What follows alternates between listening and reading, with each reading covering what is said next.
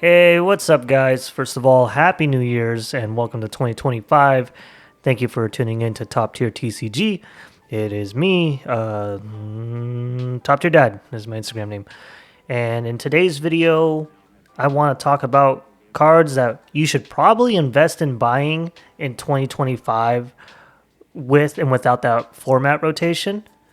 So post is right around the corner, and I really think like these are going to be the cards that you are going to see in a lot of different decks. There's going to be 4 sets that come out this year, plus the specialty sets. I think that's like 6 in total.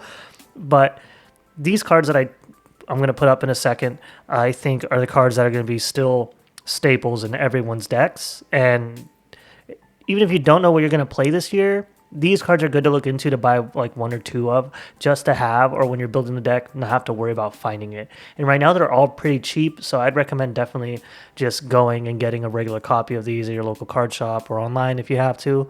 But we're just going to dive right into it. There isn't too many cards. I'm just going to talk about Pokemon in this one, but maybe in another video I'll talk about trainer cards that I think you should invest in. So we're going to go for it. Cards of 2025. And also ignore my NPC my daughter got on my account and she decided to modify it to be all girly. But let's just dive right in. We're just going to click on the first one from Blood Moon Ursaluna to Squawkabilly EX. Let's dive in. So Blood Moon Ursaluna EX has a really good ability called Seasoned Skill. Blood Moon used by this Pokemon costs 1 energy less for each prize card your opponent has taken. So the attack Blood Moon does 240, and during your next turn, this Pokemon can't attack. Now that can be negated if you do like a switch and then put back in. But the reason why this card is really good, it's a normal typing, so it'll be Weakness to Fist, and it has a 3 retreat cost. But if you have something like Latias EX, it'll have 0 retreat cost, or you have a switch or whatever. And the attack has a lot of energy you have to use, Blood Moon for 240, and it costs 1, 2, 3, 4, 5 energies. But for every prize card your opponent's taken, it's going to be 1 less. So that means if your opponent's ahead 4, or if they knock out 2 of your EX Pokemon, this is only going to cost you 1 energy.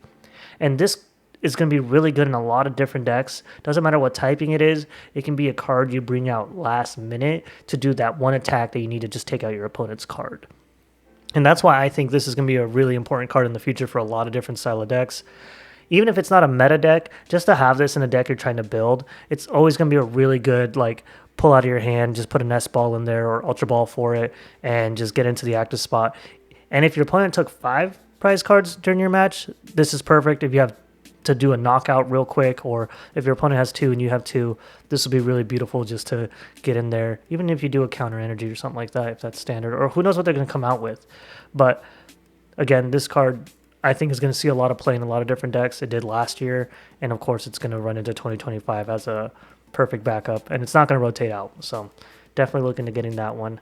The next one, you probably seen in a lot of different decks in Regidrago, Raging Bolt, but I think it's going to get a lot more usage because of Radiant Greninja coming out, and it's Teal Mask Ogerpon EX. That's 210 HP. It has the ability Teal Dance. Once during your turn, you may attach a basic energy card from your hand to this Pokemon. If you attach this energy to this Pokemon this way, draw a card.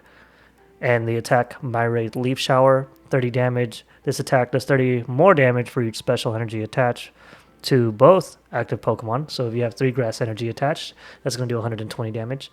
And then plus whatever your opponent has.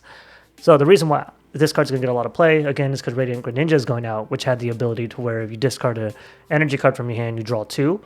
This one has a whole different style of doing that. If you attach a grass energy to it, using its ability, you get to draw 1. And that doesn't even count for your regular energy attachment for your turn.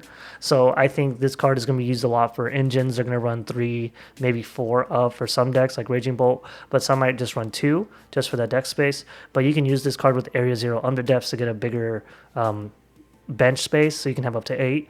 So I really think this card's going to get a lot of play. They're like $5 to $7 right now, so it's definitely worth getting. The Ursaluna Moon or whatever was worth like 3 to 4. So maybe get a couple of those. But definitely this card's going to be like a 3 of in a lot of decks. So that one's a good investment. Raging Bolt players definitely keep them. And if you're thinking of building a new style deck, that might be the one.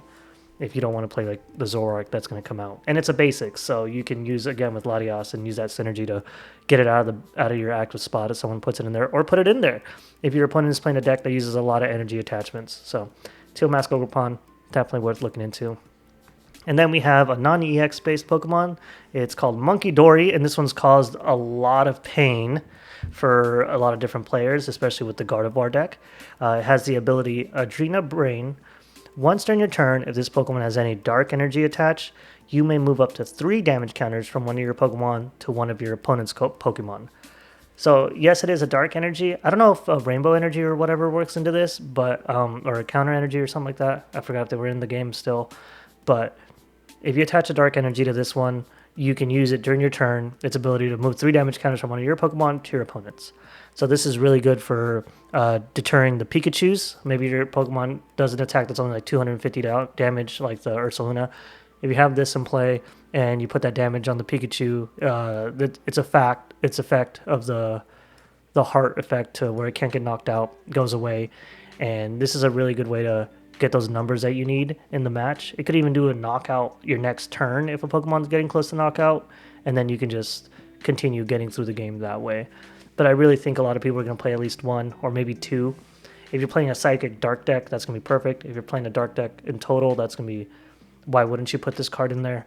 But I definitely think this is one's worth investing in there. And I think there's a full art version of it.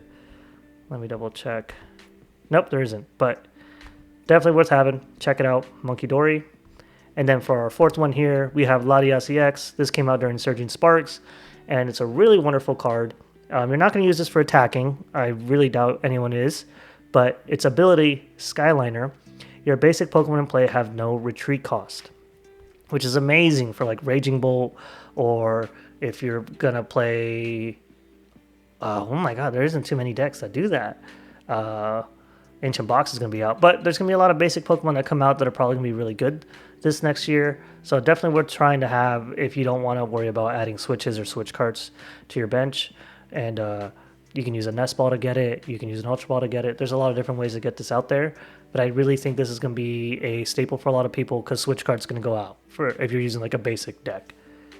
And we're going to move on to Mimikyu over here. So it has the ability Safeguard, and this is not an EX, it's a regular. Prevent all damage done to this Pokemon by the attacks of your opponent's Pokemon EX and Pokemon V. In its attack Ghost type, put 7 damage counters on your opponent's active Pokemon. So the Pokemon V is not something you're going to have to worry about, but Pokemon EX is still going to be very relevant, and a lot of meta decks use the EX.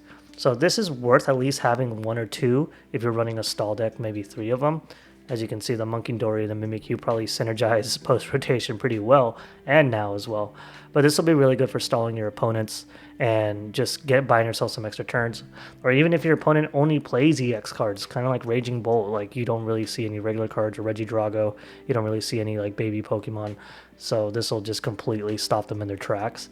But this is worth having like 2 in your hand, or just for future purposes, get this card. I think that's going to be a really important one coming forward. And then this is a Pheasantipity EX. This card's probably going to be in everyone's deck. I don't really see any decks without it. Very rarely do you.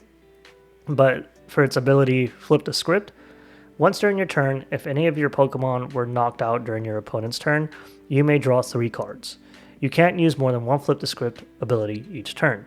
Now, this is beautiful because you only need 1 of, because you can't use multiple, and this is a perfect way to come back in a game, especially if you get like a single prize knockout. You can still use the ability, doesn't matter, and it could draw the cards that you need and just to keep you moving to start getting your opponent. There's so many times where I've won a match because I got knocked out and then I used my Pheasantipity and I got the 2 cards that I needed, or even the 3 cards that I needed in a row. And I think this is going to see a lot of play. It's a no-brainer. It's going to be in a lot of people's decks 99% of the time. So pick yourself up 1. That's all you need. If you want to splurge, get yourself a full art or a secret art or whatever version of this. This is going to be a really cool card to have. And then we're going to move over to another one called Mew EX. And I think every generation or every rotation has a version of this card. But with the ability Restart, once during your turn, you may draw cards until you have 3 in your hand.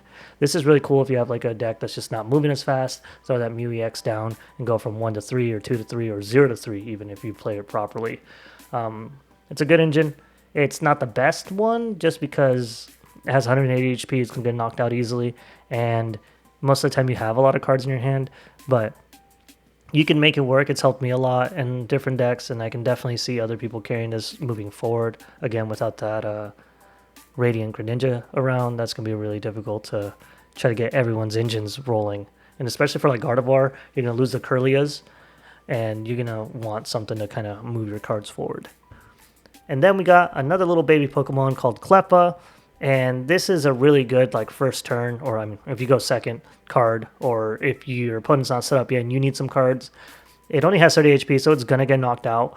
But it has the attack called Grasping Draw. Draw until you have 7 cards in your hand, and you don't need any energy to use it, but it is an attack. It's not an ability, so it will end your turn. So if you go second, and this is the card you have up front, that's probably pretty good. You can kind of like dwindle down your cards and then use this attack to get some cards, and you're only losing 1 prize card. And like I said, like let's say you have the Bloodborne Saluna, this is only going to make it better because you're like, whatever, towards the end of the game I'm going to use this card anyways. But at least one of these in everyone's deck is most likely, well, not everyone's, but in the majority of decks you're going to see this just to get the cards moving out. And then we have Pidgeot EX, and obviously the Pidgeotto and the Pidgey go along with this, but I really think this is going to be a lot of people's like partner in a deck to get things moving. Like they have the Pidgeot control, you have that in Charizard. I don't know what else I'm going to see this in, but I know it's going to be a really useful card for people because you can just use its ability Quick Draw. Once during your turn, you may search your deck for a card and put it into your hand, then shuffle a deck. You can't use more than 1 Quick Draw each turn, and that's totally okay because it literally lets you grab any card you want from your deck and then shuffle your deck. And with Charizard, that's proved super useful. And you're not going to have Rotom or Lumineon V anymore after rotation hits, so using the tool card Forest Seal Stone, it's not going to work because it's also going to rotate out, which lets you grab a card from your deck and then shuffle your deck afterwards. So Pidgeot EX is going to be a big replacement for that. Maybe you're going to have if it can work with Charizard as a stage 2 style deck, it could work with other people, maybe like Dragapult, or there's some other cards that are coming that are stage 2s as well that might go well with, or maybe you'll get enough cards with this rotation that'll help make a really good Pidgeot EX control deck. But I think this card's going to be really important, and I think you're going to see this on a lot of top decks in the future. And then we have Petron EX. This is more for the dark type players, but this is still a really useful card, I think. Once during your turn, you may switch one of your bench dark Pokemon, except for any Petron EX, with your active Pokemon. If you do, the new active Pokemon is now poisoned. You can't use more than 1 Subjugating Chains ability each turn. And I think this will be really good for dark players. I think you're gonna see it a lot because Zoroark is coming out, and then there's other few Pokemon that are gonna come out that I think are gonna go really well with this. If you have like the Umbreon EX that's coming out, and who knows what's gonna come next on the next few sets. But I really think this is a card you're gonna continue seeing, and it's not expensive at all, so it's definitely worth adding on there. And then finally, the last one that I think is gonna be seen a lot, played a lot, and worth trying to buy is the Squawkabilly EX. Most of these are $2 to $3, and you're only going to need 1 because you can use it for that beginning ability Squawk and Seize. Once during your first turn, you may discard your hand and draw 6 cards. You can't use more than 1 Squawk and Seize ability during your turn. So again, you're going to use this once, and then after that it's cannon fodder. Discard your whole hand and draw 6. So if you have a bad first hand, or if you're going second, you have a bad hand and you draw your Squawk ability, at least you can use its attack or its ability to get a fresh new hand, and maybe that'll give you that winning hand that you need in the beginning. It's helped me a lot. A lot of people throw it in there, especially stage 2 decks. Even with Raging Bolt, it's really nice to have because I'll have the energies I need to discard out of the way, and then I'll pull my supporters that I need and the other energies to attach to my Raging Bolt or get those item cards that I need. So I think that'll be a really good one.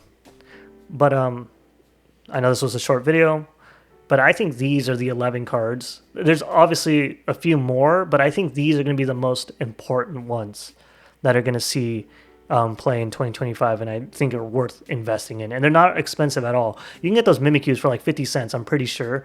The most expensive one is probably going to be the Latias EX. I'm not too sure the pricing on that, but the rest you're not going to spend over $10. Very rarely. And you only need 1 copy of these most of the time, which is what I've noticed with these. So you can flex out your deck with them.